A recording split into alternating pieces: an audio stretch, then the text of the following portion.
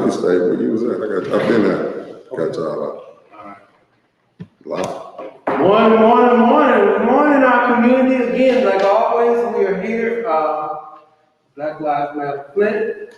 We are definitely working to engage our community, and we have been talking about community conversation.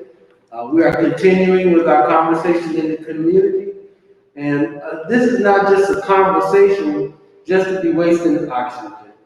Our goal is to really put some meat on the bones of really trying to build some actions that we can do, not asking nobody else, not asking the government, not asking the pastor. What we can do when we talk about what are your assets, when you think about what assets do you have now, and that conversation can be, well, I can do this, that, and another. Not asking your mother, your cousin, your sister, your wife. Talking about what can you do with your own hands and your own time.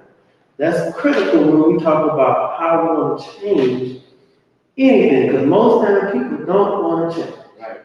So this conversation is based around working to make something happen and not talking about it. And we like to do it 30 days. So if we say we want to do something, in 30 days, the concept is strategic doing this to make sure that it's done within those 30 days. And if you need some help in the middle of those 30 days, then you call and you ask for help.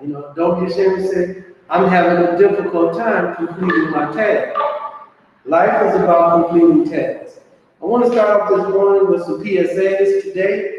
We have a block party today now. Yes, sir. Yes, sir. Party time. Party time. Listen, and then what we're doing is we're partying with the purpose. Oh, yes. Because what we're trying to do on Pulaski, Marengo, Philadelphia today, those 3 blocks, and it's in relationship with the young lady, the mother and the child that was murdered.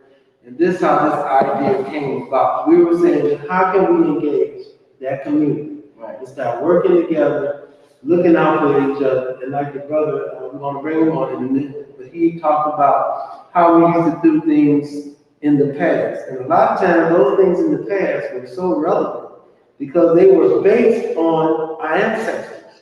So a lot of times when we think about things that our grandparents and the great-grandparents were trying to instill in us, and our parents to some degree, it has been brought down through lineage and through history, because again, y'all gotta always remember, who controls the past will control the present if you allow it to. And so often that's how we kind of miss, our call. So yeah, the daily block party is gonna be from 2 to 6. Right there on the corner of Pulaski and Saginaw.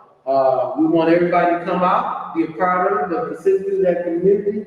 We're working to show love, just a sense of family. We're trying to re-engage the family. Also want to remind you guys, our podcast has moved, our Fli-City podcast has moved Thursday nights.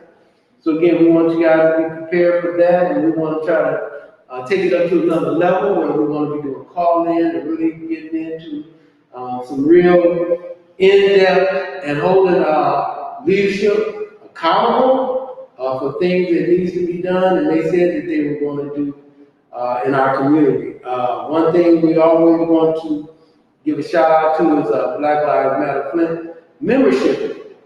We are asking the community to come out and be a part of Black Lives Matter Flint. We have a recruitment going on, and we are hoping that you in the community wants to get involved and do some things and stop whining and crying about what's not happening. Be a part of a group that is trying to make things happen. We can't do these things by ourselves.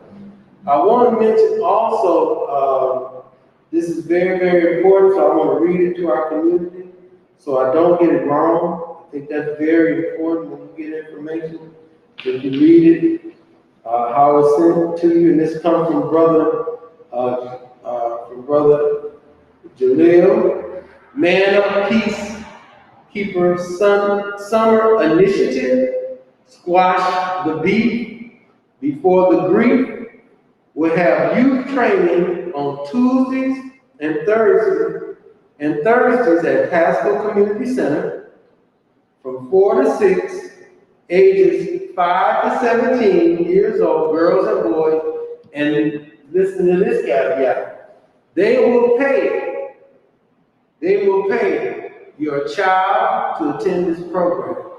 They will pay, you're trying to get some initiative and put some carrots out there.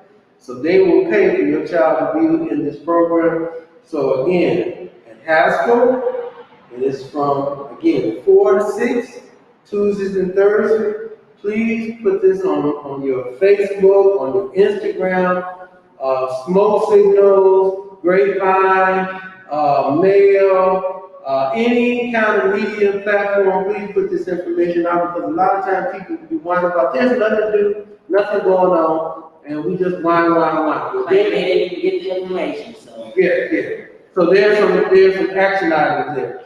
So Jacob, we want to just open up a little bit. We got a brother here named Anthony.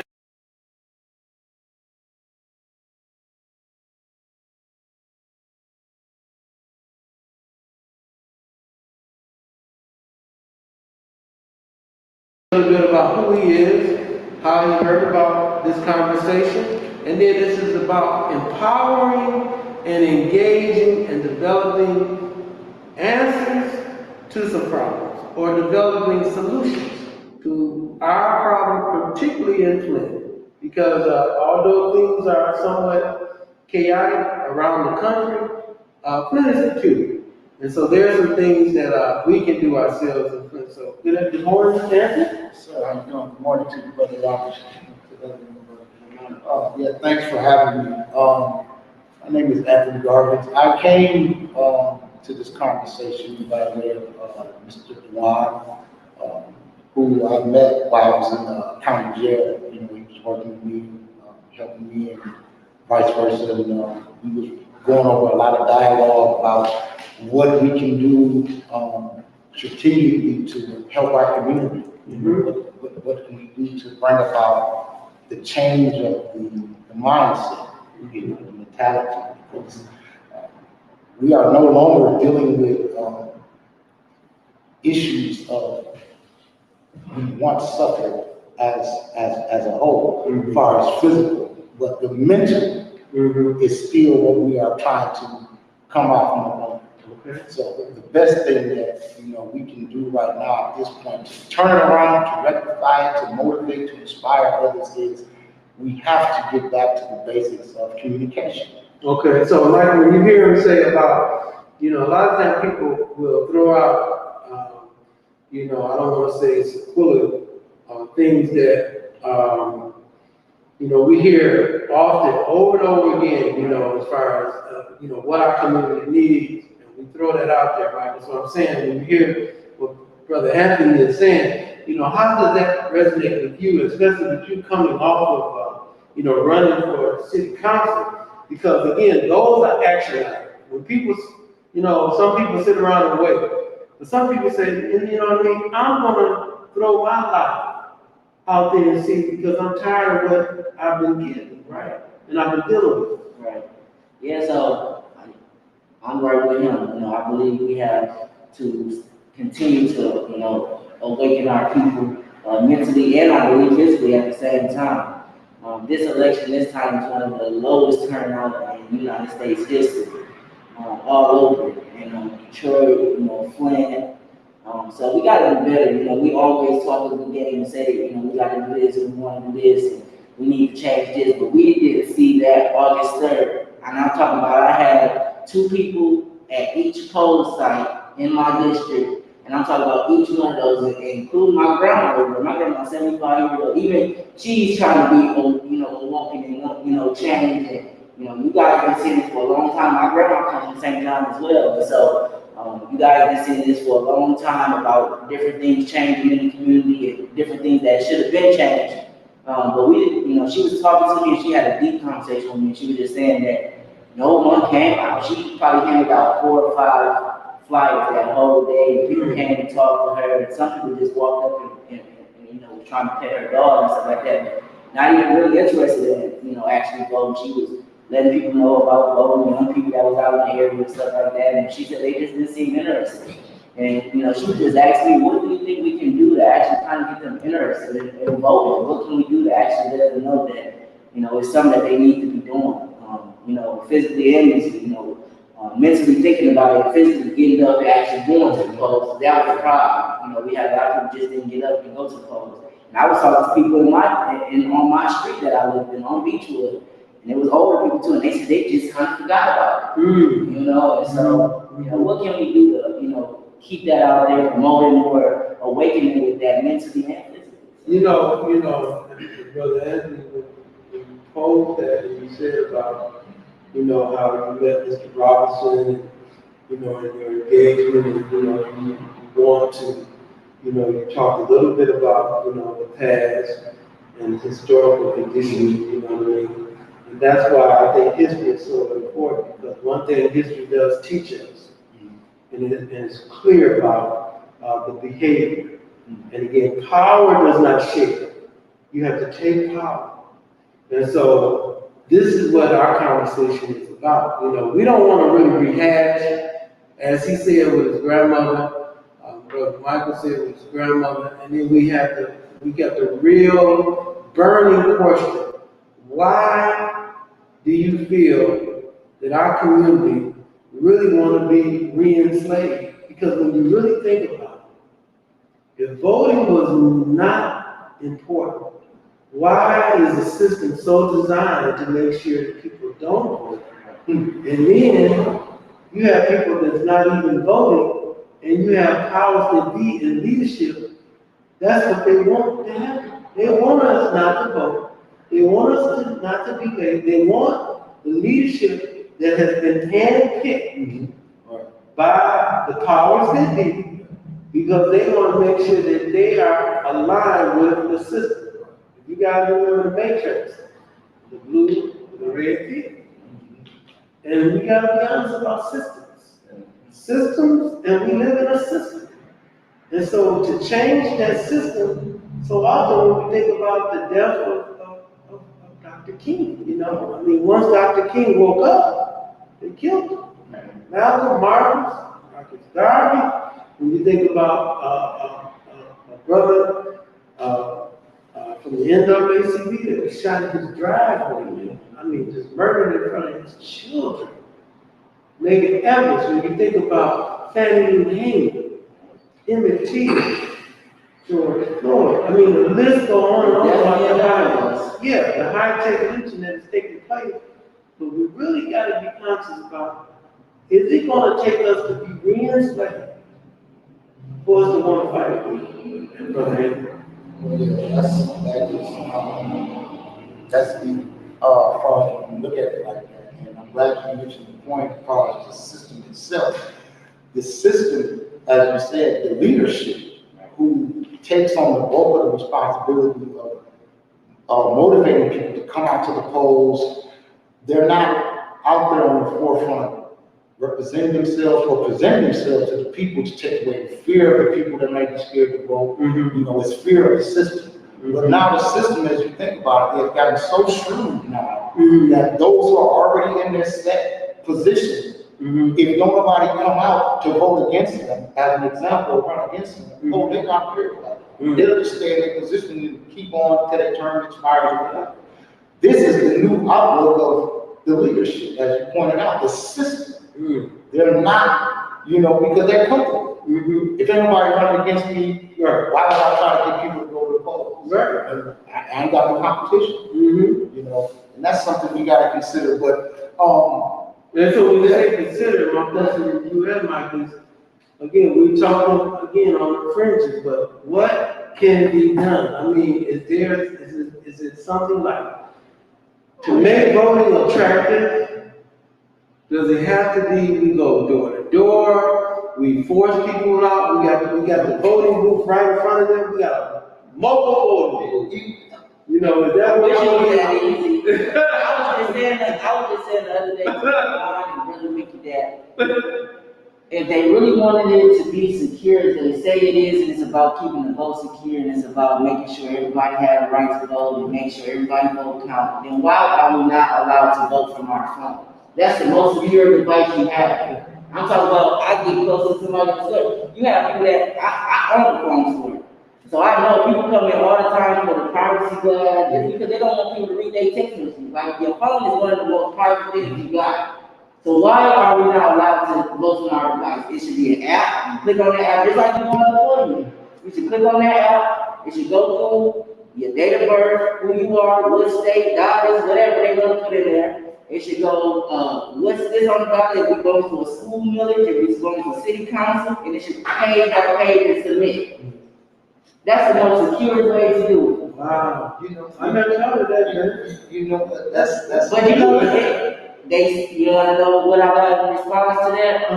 Is because they know that the vote will turn out in their favor. Right. Different politicians, Republican, Democrat, whatever you wanna label it. Especially in the presidential election. Yeah. You know, but it's crazy because if they want us to really believe, and that's the problem that our young folks is having, and not even the young folks, a lot of other folks too, they don't believe in vote count. Right. And that's Brother Roberts pointed out. He said, what is it that we can do? Not so much force a person, but Think about this, we go to somebody's house, right? And so we just on the three, right? And we got enough portable voting machine, right? So everybody that's 18 and over come out right now. And like we gonna go, or we coming up in there. But you know what, let's ask. This is it's a bit asked before, but it's never to be asked enough. As you ask the question, why do you not want to vote? What is the issue? Why are you scared to vote? And you will get, and I've asked people before, they're like, well, like I said, my vote don't count, or they don't trust the system. But we have to let the people know that it's about self-worth. It's about your self-worth. Your vote do count. Your vote do matter. So, but the presentation to the people must be, if you vote this way, this is how it interests you. If you vote that way, this is how it interests you. Because people think that just because something don't affect them directly, they don't understand how much it affects them indirectly. Okay. And when you said that, man, I was thinking, when you just said that, you said, so how can we really, because if you're saying the system has destroyed me, the system has abandoned me, from when you think about education to mortgage, healthcare, any type of form of engagement to move me and my family to the next level. If I've been constantly damaged by the system, how do we believe in this system? Wow, when I heard you say that, it just dawned on me, man. That's what's going on. That's the issue. We talked earlier before the show started about trauma. Yeah. So we've been traumatized by voting, and our voting to some degree, even after we vote, we still be in the street. You think that's part of it? Yes, that's very much a part of it. But it's also,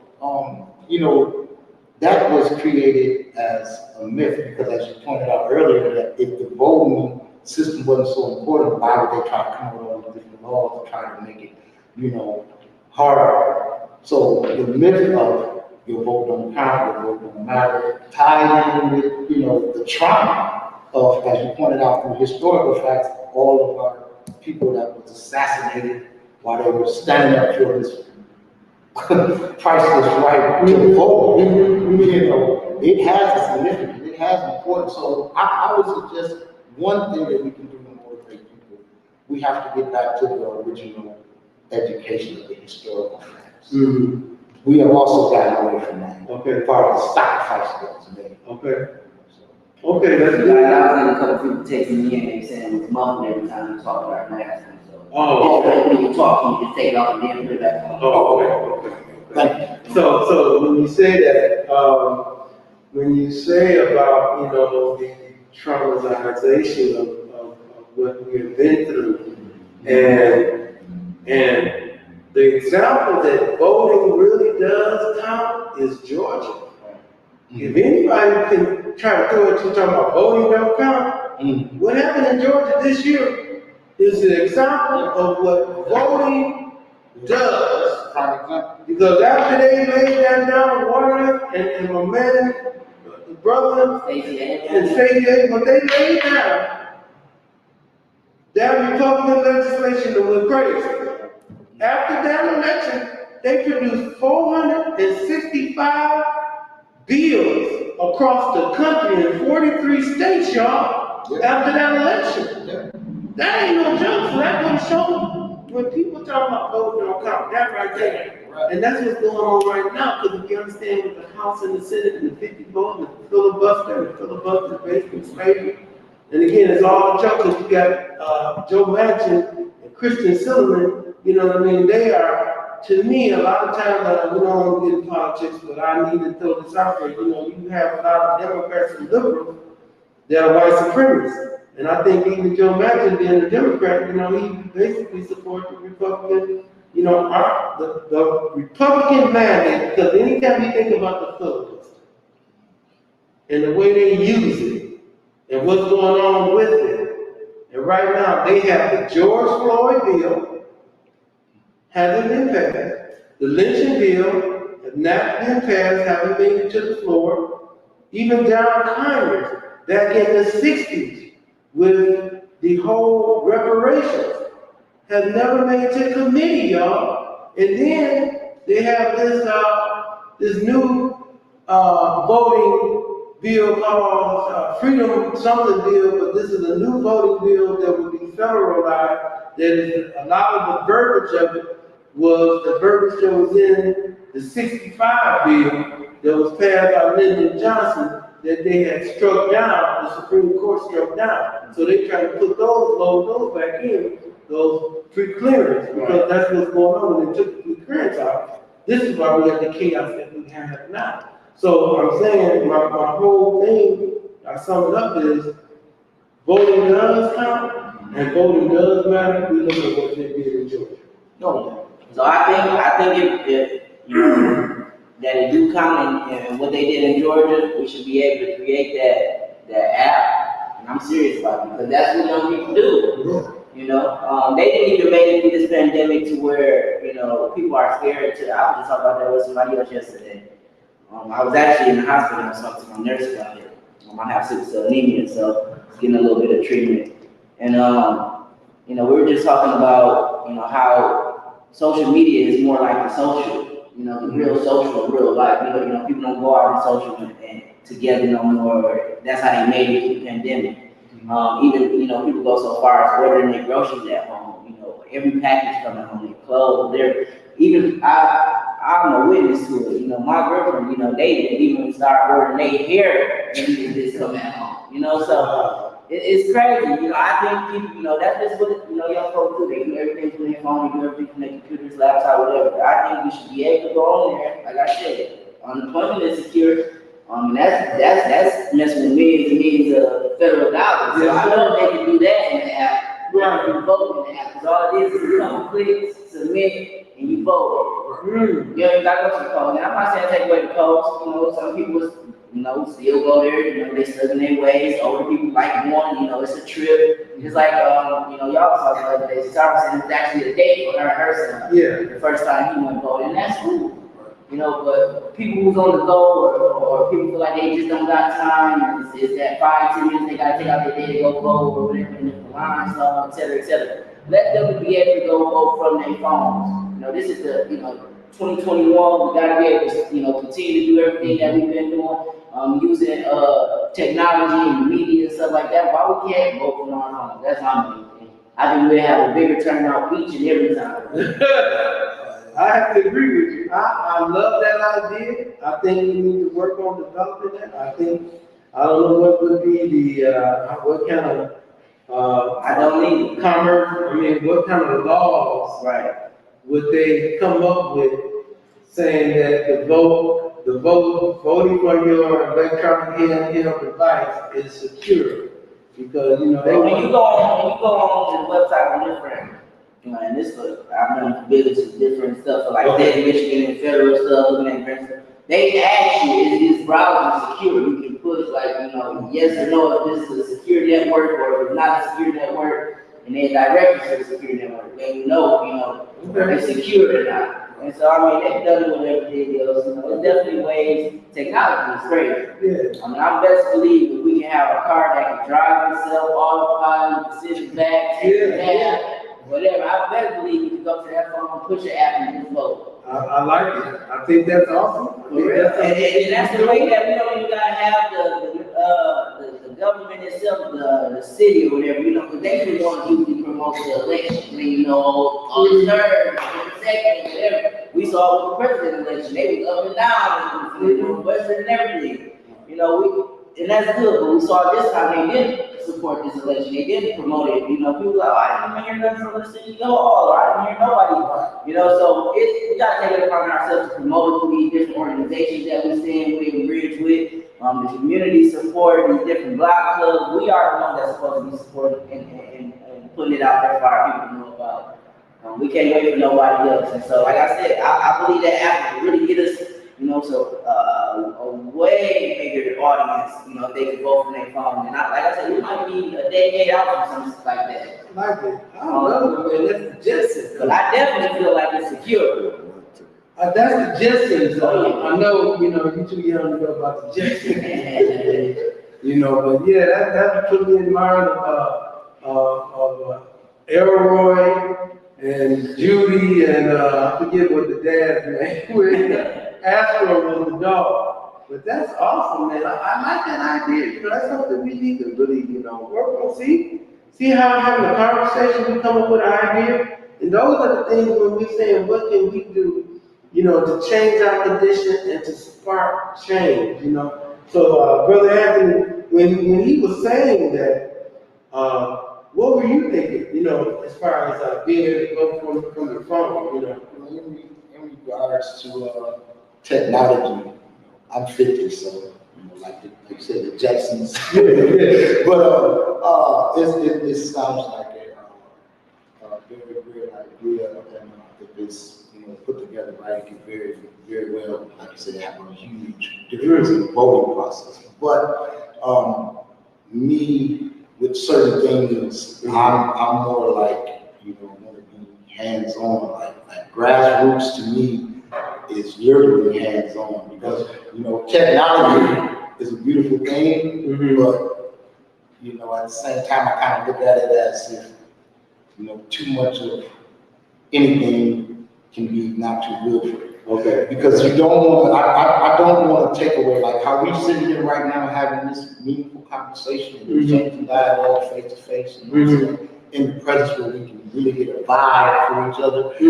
I don't want to see the conversation of issues, like town hall meetings. I don't want to see that, taken away, by technology. Although it can be convenient to save people from coming out, but I don't really want to see us lose that sense of here we are. So you're saying a lot of times you're saying that personal energy. Yes. What it produces when we are not behind the screen, where we're actually energizing one another through our vibration, because it goes back to the vibration that we all share. And sometimes those vibrations can really work on engaging people to a degree. When you come into a room, you could be vibrating on one level, and Brother Anthony could come in on a little higher level, and you beat the room up, and you beat that energy up. And again, that helps all of us to be more engaged. And I think that, like you said, with anything, at one time we were crawling. At one time we were crawling. We wasn't even walking because we were babies, right? So I'm using that as an analogy as far as we got older, we started walking. But at one time it was horse and buggy. Now we're riding around in spaceships. So I think though technology has its place, but I hear what you're saying about, how important it is to stay connected to the root, because that's really important, because again, that keeps you grounded.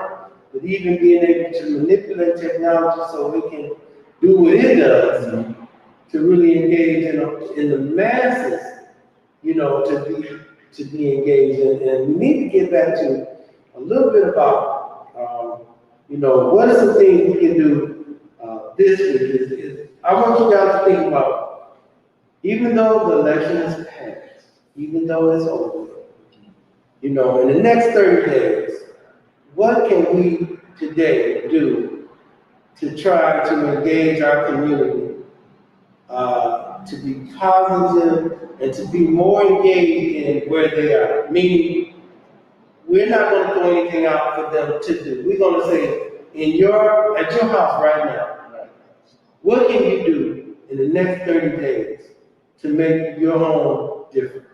So what do y'all think about that? I see you pulled out your little tablet, so we'll get. Oh, yeah, this is just a rough draft of something that me and Dewan has been working on for a minute. We're trying to, the first annual No More Violence Summit. Okay.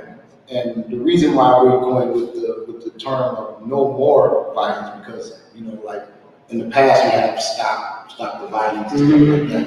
Well, if you stop something, you can start back up again. So we are trying to put together this platform where the leaders in this community can come out. I'm talking about the head leaders can come out and sit down and have a real conversation about how do we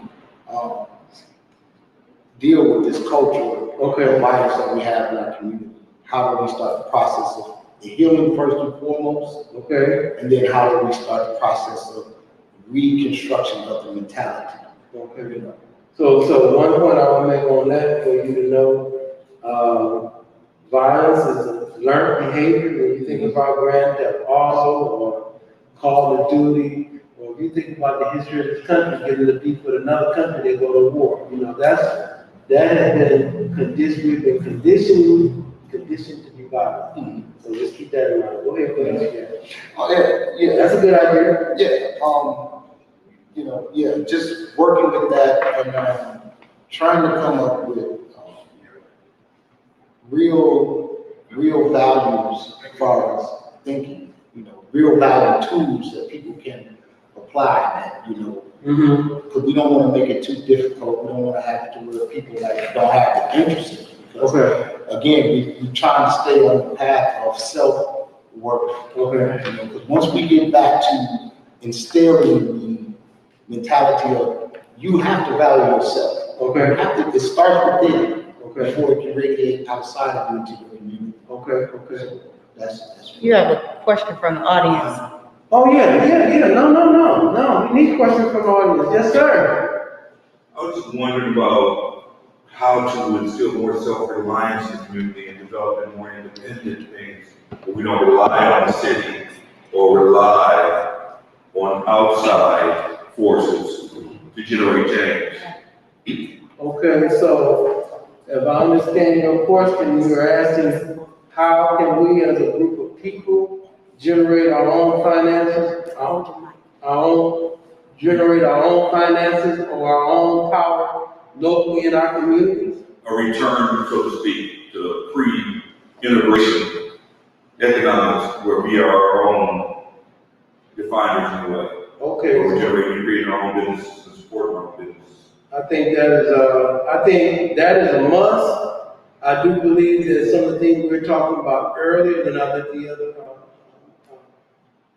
sitting here speak on it, but I do believe that, we've had examples about self-reliance from Tulsa, Oklahoma in 1921, Rosewood, Colfax. We have had history of our people doing just what you said, owning everything in their community. And even when they did that, outside people came in and destroyed it. I do believe that it's essential that we get back to doing that today. And one of the aspects we can start thinking about doing is even today, guys, when you leave here, what he just said about collective work or collective work, meaning having self-work, is find those local businesses that look like you and support them. Really, if you got to go out the way to find those local businesses. But on top of that, we got to start talking about how do we generate and build businesses that we use every day. From the car wash, to the hair store, to the nail, barbershop, to the food, everything that we use every day, we should be buying or supporting somebody that look like us and not a Chaldean, not a Syrian. I mean, if you think about the no black ownership of the gas station, beer and wine, none of those stores, even when you think about you know, the Dollar Generals and all those kind of things, those franchises. Those are things, even cannabis, we don't even own cannabis. When you think about what's going on with the cannabis industry. Now, but there's a gentleman that owns one on the door, but he's getting a lot of grief from the government, more so than the other businesses, Okay. the non-black owners. Okay, so all that is intentional. So, but to answer your question, and then I'll turn it to the panel, I think it's something that we have been talking about earlier about self-love and self-worth. We just gotta do it. And I'm sorry, I was talking sorry at the time. Can you repeat the question? I'm wondering how can we get our community to return to practices that we had previous to integration, where we had our own businesses and we were investing in ourselves and our own businesses, buying our own properties, instead of relying on other communities to provide our supermarkets, to provide our gas, to provide basically the aspects of our economy. Well, I think we have to do with, and I hate to, go off and mention one of the pastors, but I think it's a phenomenal idea that what he did with the co-op grocery store. And just putting that together to take people like yourself coming in on these type of conversations. And that's why Brother Roberts and myself is here on Saturdays, is 1 hour to kind of get the community. Even though we're just doing this face to face in front of the camera, we want people to come out like you. We want the community to come out and we can have the open dialogue. And I wanted to make it more like how the Board of Education and City Council kind of perform during the day when they had their meetings open to the public. If y'all actually come down here, y'all make some requests, and then you can put it in the slip, we put it in the box, we go through it, go off a couple questions, whatever. Actually opening up that narrative. We gotta open up the narrative first before we can even kind of locate where the dollars at to see, how we're gonna get the funding and different things like that. Who actually, is interested in opening the business. We got a lot of people that look like us that's not even interested in opening the business. We go out and spend our money wherever, but they're not really interested in actually investing in their own self or in their community. So we just gotta let them know how important it is, because I worked in the phone business for a long time. I actually just got my own phone store over on Richfield and Center. It's black owned. But before that, like Brother Robert said, I worked under the Chaldeans for many, many years. And I see our community coming there, and they really spend, hundreds and hundreds of dollars on phones and cases and stuff. And they did that just because they knew it was a different race that owned it, and they always wanted to show that they could do it, that they could spend this much. But they don't take that same energy and do it where, where it's meaningful at, and they own where somebody looks like them. And so I think we just gotta open up that dialogue first with the community. Yes. I think that those are great things, but I think on the back end for us that are trying to open these businesses and doing these businesses, I think we have to have a different type of energy and mindset to even have people come in there, because I love to spend my dollars black, right? And I do the best that I can to go places. Like my nail technician is black. Right. She owns her own place. Like, she doesn't work for anybody. She works for herself. So my nail technician is black. The lady that does my hair is black. Like, I go to, if people have pop-up shops with their clothing and things like that, I try to always support those things and spend my dollars black. However, when it comes to the bigger things, like if I need a plumber, I need an electrician, or I need something like that, the customer service and the follow-up is so piss poor, it makes me want to go and find Adam and Josh and Becky and everybody else, because I can't get the service that I need, because it's a disconnect. And they feel like because we are who we are, we can talk this way or we can do that. But when I conduct business, I'm conducting business, and I need to be a business mindset. And I think that we need to get some classes in order for customer service and how to do follow-up and how to make appointments and do things correctly, because I know that you'll have an appointment and you go and then your appointment is lost, or somebody's supposed to come at a certain time and they double book because they don't have their records clean, or they don't have these things in there. I think those are things that need to be done on the back end, so we feel more comfortable doing it, because I would spend a whole lot more money black if I could, but sometimes that's the hindrance and I can't. Yes, sir. That's a sword that cuts two different ways. Right. Sometimes we go to brothers and sisters, and we don't get the professionalism that we think we deserve. But sometimes we go to brothers and sisters, and we want the family discount at the same time. So we got to justify, and we got to find a way to work that out also. We want family discount, and we want professionalism. We want them to treat us like the white folks treat us, but we want family discount at the same time. So I'm not saying that's always the case, but that's something that we gotta work out. However, that is a thing, right? But when you are conducting business and you're professional, that professionalism comes in and cuts that right off. So I don't care if you ask for a family discount or whatever. I get it. Yes, I understand, but my prices are my prices. And we can do that professionally, and it doesn't have to be a thing. So I don't think that is a thing because people expect that sometimes, but sometimes we do that on the back end and they continue to expect it. So if you don't do it from the beginning, nobody expects that, right? And even if they do ask you for that, you have to have that level of professionalism to cut it off. Mm-hmm. Like I said, it's going back to the open dialogue, kind of, and like Cesar said, and I was getting to it. Doing those classes, having people come down here so we can kind of go over customer service or just have that open dialogue to where, like you said, you have to go to what she said about the family business, the family discount. And you do have that a lot because in my business, I have it. Even where people that's not my family, they just come and say, oh, look me up.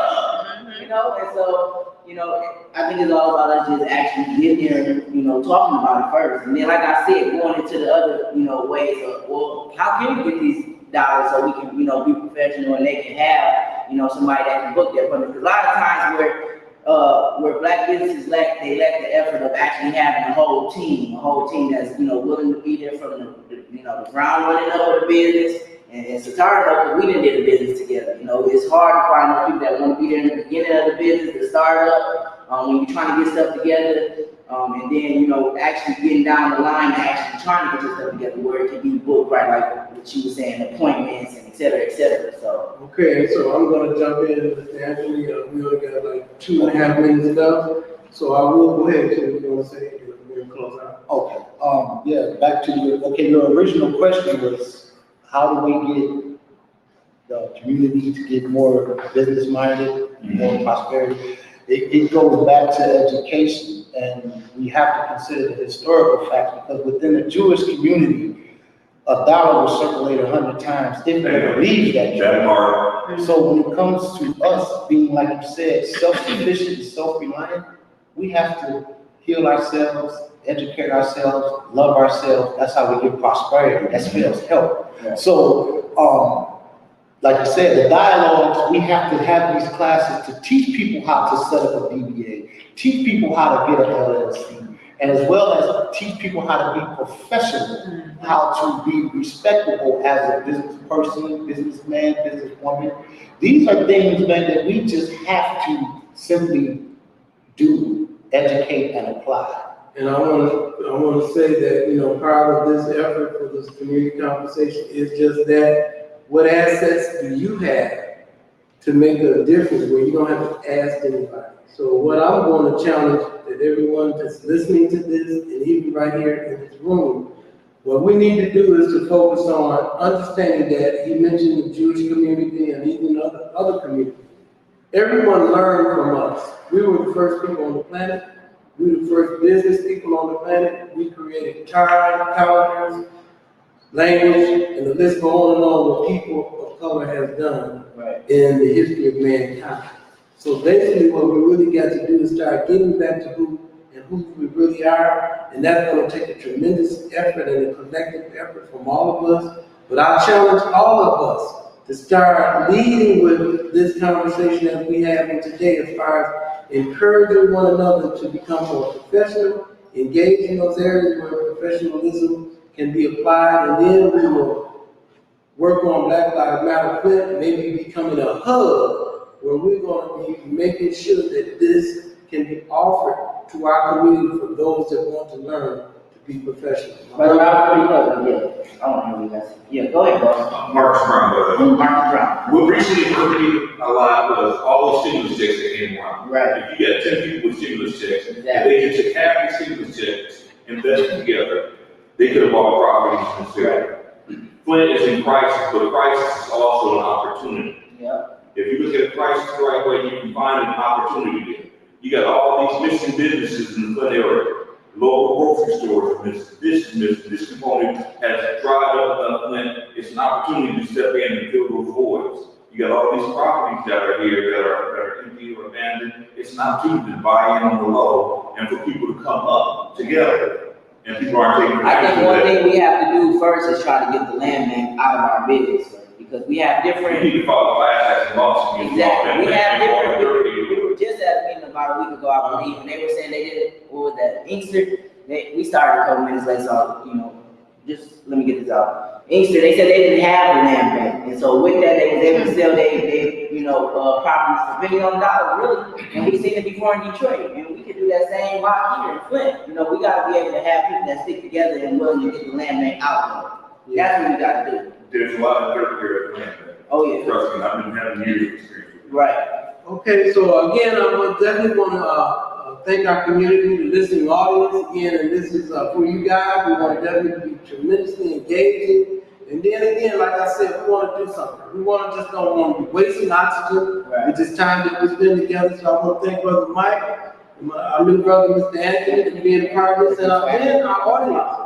Again, this is what we're here for. It's for all of us, because mind sharpen minds, or steel sharpen steel. Right. And again, and I love what my sister was saying some time ago about making ourselves available. Right. It's important for us to make ourselves available and stop. I just want to challenge our community. Stop complaining. We gotta stop complaining. Thank you. Like Mr. Brown here, he actually came out, he wanted, on the show, he came out to be an audience because he had a couple questions and wondered about a couple things. Please, y'all, come out, this is why we did this day. This is why we did the community talk. Please come out and let us know what y'all thinking. If you're not gonna stand up to do something that's right, you don't stand up at all. Okay, thank you guys. Block party.